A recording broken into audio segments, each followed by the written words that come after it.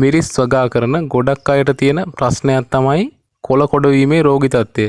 ඉතින් මේ ප්‍රශ්නෙට මුහුණ දීලා ඉන්න අයට වගේම අලුතෙන් මිරිස් වගා කරන්න ඉන්න අයටත් හොඳ විසඳුමක් විදිහට කොළ කොඩ වෙන්නේ නැති සාර්ථක මිරිස් වර්ගයක් වගා කරන විදිහ තමයි අද මම ඔයාලට කියලා දෙන්න බලාපොරොත්තු වෙන්නේ.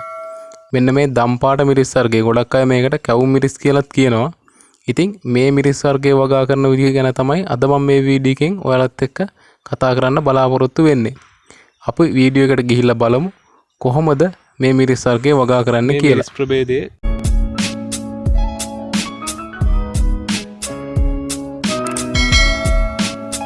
අපි මුලින්ම බලමු කොහොමද අපිට අවශ්‍ය වෙන බීජ ලබා ගන්න කියලා පැල ලබා ගැනීම සඳහා. ඒකෙදි අපිට පුළුවන් මෙන්න මේ වගේ හොඳට ඉදුණු මිරිස් කරල් කිහිපයකින් අපිට අවශ්‍ය වෙන මිරිස් බීජ ලබා ගැනීම කරන්න පුළුවන්. අපි දැන් බලමු මේ විදිහට අපි ලබාගත් බීජ කොහොමද නිවැරදිව තවන් කරගන්නේ කියලා. මේකෙදී අපි බීජ තවන් කිරීම සඳහා අවශ්‍ය පස් මිශ්‍රණය සකසා ගැනීමේදී මෙන්න මේ විදිහට වැලි සහිත මතු පිට පස් එකකට කොම්පෝස්ට් පොහොර හෝ කොහුබත් එකට එක අනුපාතයෙන් මිශ්‍ර කරලා අපිට පස් මිශ්‍රණය සකසා ගන්න පුළුවන්.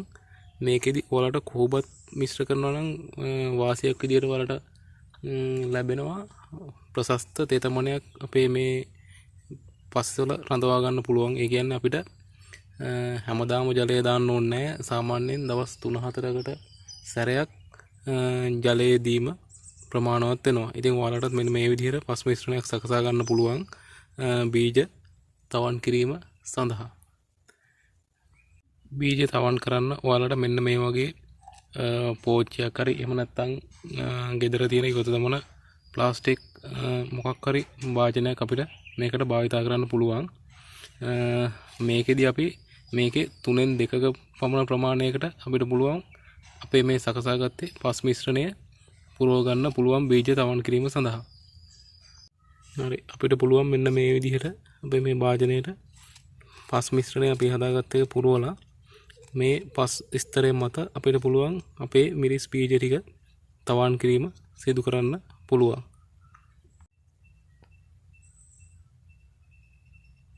හරි මෙන්න මේ විදිහට ඔයාලට මිරිස් බීජ ටිකක් දුරින් අපි අර 3න් 2ක පමණ ප්‍රමාණයට පුරවගත්තේ අපේ තවන් කරන භාජනයට මේ විදිහට මිරිස් බීජ ටික ඔයාලට පුළුවන් අපේ භාජනයට දාන්න පුළුවන්. මේවා ළඟින් දාන්න තු ටිකක් දුරින් දැම්මම අපිට මේ පැල ලොකු වුණාට පස්සේ ගලවලා ඉවත් කරන්න පහසු වෙනවා. අනිත් පැල වලට හානියක් නොවෙන්න. ඒකින්ද මෙන්න මේ විදිහට ඔයාලා මේ තවාන මේ භාජනයට මිරිස් බීජ තවන් කිරීම සුදුසු වෙනවා.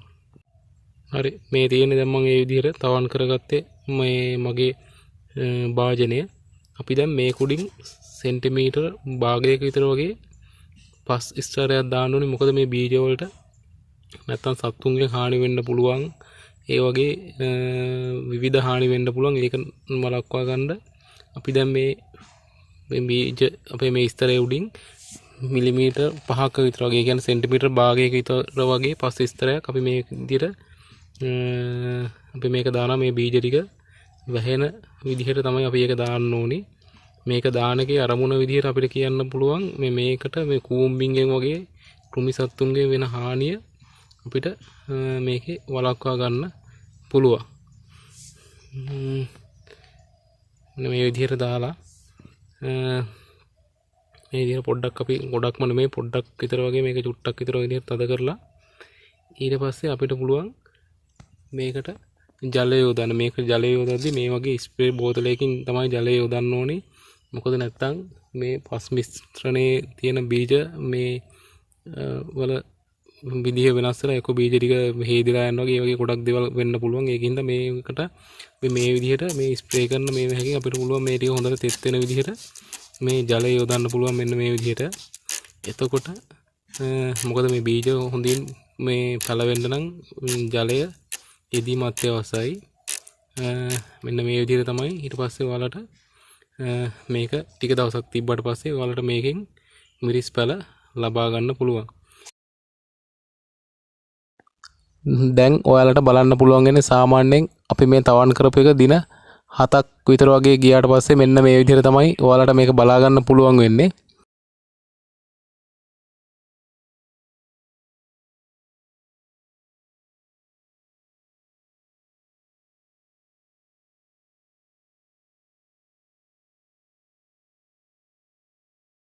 හරි අපි දැන් මේ විදිහට තවන් කරලා ගත්තේ පැල සාමාන්‍යයෙන් දින 30ක් 35ක් විතර වගේ ගියාට පස්සේ අපිට පුළුවන් අපේ ශේෂ්ත්‍රයේ සිටුවීම කරන්න. ඒකෙදි අපිට ඉඩ තියෙන විදිහට ඒ කියන්නේ ගෙවත්තේ ඉඩ තියෙන විදිහට අපිට පුළුවන් මේක බඳුන්ගත වගාවක් හෝ එහෙම නැත්නම් අපි පාත්ති වල මේක සිටුවීම කරන්න පුළුවන්.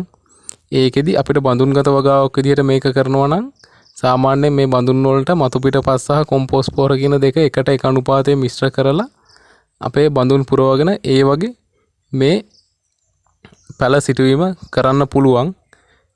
එහෙම නැත්නම් අපිට පුළුවන් අපේ සාමාන්‍ය පාත්‍ය ඇදලා ඒවැ වුණොත් මේ පැල සිටවන්න පුළුවන්.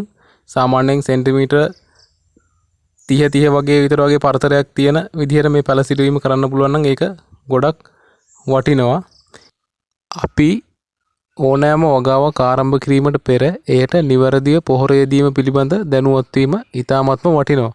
ඉතින් ඒකින්ද අපි දැන් බලමු කොහොමද මිරිස් වගාවේදී නිවැරදිව පොහොර යෙදීම කරන්න කියලා. මිරිස් වගාවේ වැඩි අස්වැන්නක් ගන්න නම් අපි රසායනික පොහොර සහ කොම්පෝස්ට් පොහොර කියන දෙකම භාවිතා කිරීම සිදු කර යුතු වෙනවා. ඉතින් මේකෙදි රසායනික පොහොර භාවිතයෙන් වෙන්නේ පසේ කාර්යක්ෂමතාවය වැඩි වෙනවා වගේම අංශු මාත්‍රයේ මූලද්‍රව්‍ය පසට එකතු වීම සිදු වෙනවා. ඒ වගේම කොම්පෝස්ට් පොහොර භාවිතා කිරීමෙන් වෙන්නේ පසේ ඉන්න හිතකර සුද්ධ ජීවීන්ට සුදුසු පරිසර තත්ත්වයක් ඇති වෙනවා වගේම පසේ තෙතමනේ ආරක්ෂා කිරීමත් මේ කොම්පෝස්ට් පොහොර භාවිතා කිරීමෙන් සිදු වෙනවා. ඉතින් මුලින්ම අපි අපේ වගා ශේෂ්ත්‍රයට මූලික පොහොර විදිහට රසායනික පොහොර සහ කොම්පෝස්ට් පොහොර කියන වර්ග දෙකම පැල සිටුවීමට දින 2කට වගේ පෙර යෙදීම කළ යුතු වෙනවා. ඉතින් මේකෙදි රසායනික පොහොර විදිහට ෆොස්ෆරස් සහ පොටෑසියම් කියන සංයෝග දෙක බහුල පොහොරක් සාමාන්‍යයෙන් එක වලකට ග්‍රෑම් 5ක් විතර වගේ වෙන පරිදි පැල සිටුවීමට දින 2කට වගේ කලින් යෙදීම ප්‍රමාණවත් වෙනවා.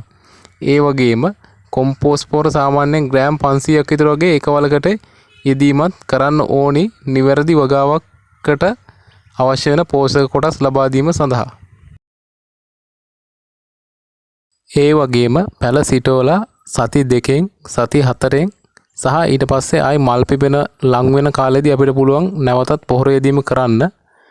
මේකෙදි රසායනික පොහොර විදිහට අපිට පුළුවන් යූරියා වගේ පොහොරක් භාවිතා කරන්න පුළුවන්. මොකද මේ ගස්වල කොළ වගේ දේවල් හොඳට වර්ධනය වෙන්න යූරියා අවශ්‍ය වෙනවා. ඒ කියන්නේ නයිට්‍රජන් වැඩි පොහොරක් භාවිතා කිරීම කරන්න පුළුවන්. මීට අමතරව අපිට පුළුවන් කොම්පෝස්ට් පොහොර විදිහට කුකුළු පොහොර එහෙම නැත්නම් එළු පොහොර ගොම පොහොර වගේ දේවල් භාවිතා කරන්නත් පුළුවන්. එහෙමත් නැත්නම් පුළුවන් අපිට ගිනිසීරියා වගේ දෙයක් වුණත් මේකට භාවිතා කිරීම කරන්න පුළුවන් වගාව සඳහා. වගාවට ජලය යෙදීම ගැන කතා කරද්දී අපිට පුළුවන් පැල ශේෂ්ත්‍රයේ සිටවලා පළවෙනි සතියේ ඇතුළත දවස් 3කට පාරක් විතර වගේ ජලය යෙදීම කරන්න පුළුවන්. මොකද මේ පැලවල මූල පද්ධතිය ශක්තිමත් වීමට මේ ජලය අත්‍යවශ්‍ය නිසා. ඊට පස්සේ අපිට පුළුවන් සාමාන්‍යයෙන් දින 7කට විතර වගේ සැරයක් ජලය යෙදීම ප්‍රමාණවත් වෙනවා. මේකෙදි කියන්න ඕනි වැදගත් දෙයක් තමයි අපේ වගාවට ජලය අඩු වුණොත් අපේ මිරිස් ගස්වල තියෙන මල් හා කරල් හැලී යාම සිදු වෙන්න පුළුවන්. ඉතින් ඒ වගේම ජලය වැඩි වුණොත් වෙන්නේ අපේ මිරිස් වගාවට දිලීර රෝග වගේ දේවල් ඇති වෙන්න පුළුවන්. ඉතින් ඒකෙදි ඔයා ඒ ගැන වැඩිපුර සැලකිලිමත් වෙලා අවශ්‍ය ප්‍රමාණයට පමණක් ජලය ලබා දීම කරන්න ඕනි.